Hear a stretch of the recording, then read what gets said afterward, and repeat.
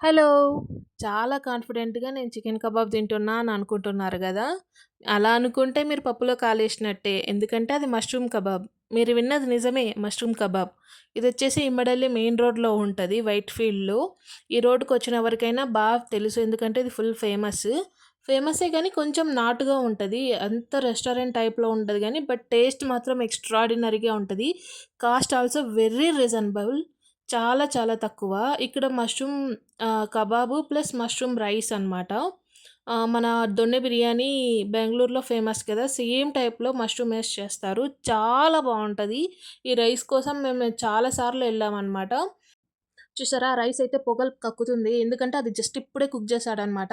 ఈయన మార్నింగ్ ఒక అండా వండుతాడు. ఈవినింగ్ ఒక అండా వండుతాడు. మొత్తం అయిపోతది. చాలా తొందరగా అయిపోతది. ఎందుకంటే ఇది చాలా టేస్ట్ బావుంటది. ఫ్యాన్స్ కూడా ఎక్కువ దీనికి. చాలా మంది వస్తుంటారు. మేము కూడా చాలా సార్లు వెళ్ళామనమాట. సో, ఈ మష్రూమ్ కబాబ్ కూడా అంతే. మీరెళ్లి అడగగానే అప్పుడు కట్ చేసి అప్పుడు ఫ్రెష్‌గా ఏసిస్తాడు. చాలా హాట్‌గా అప్పుడే చేసిస్తాడనమాట. చాలా బావుంటది. సో, కాస్ట్ గూడా రీజనబులే.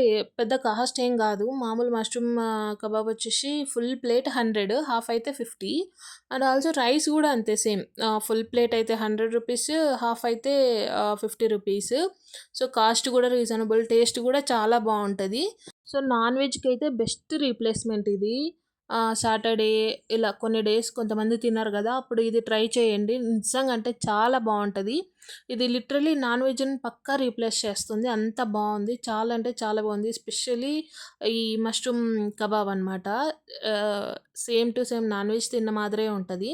సో, మా మమ్మీకైతే మష్రూమ్స్ చాలా ఇష్టం. ఇది చూస్తే ఫస్ట్ అవ్వాలి నాకు అనేస్తది మా మమ్మీ. మా మమ్మీకి అంత మష్రూమ్ ఇష్టం.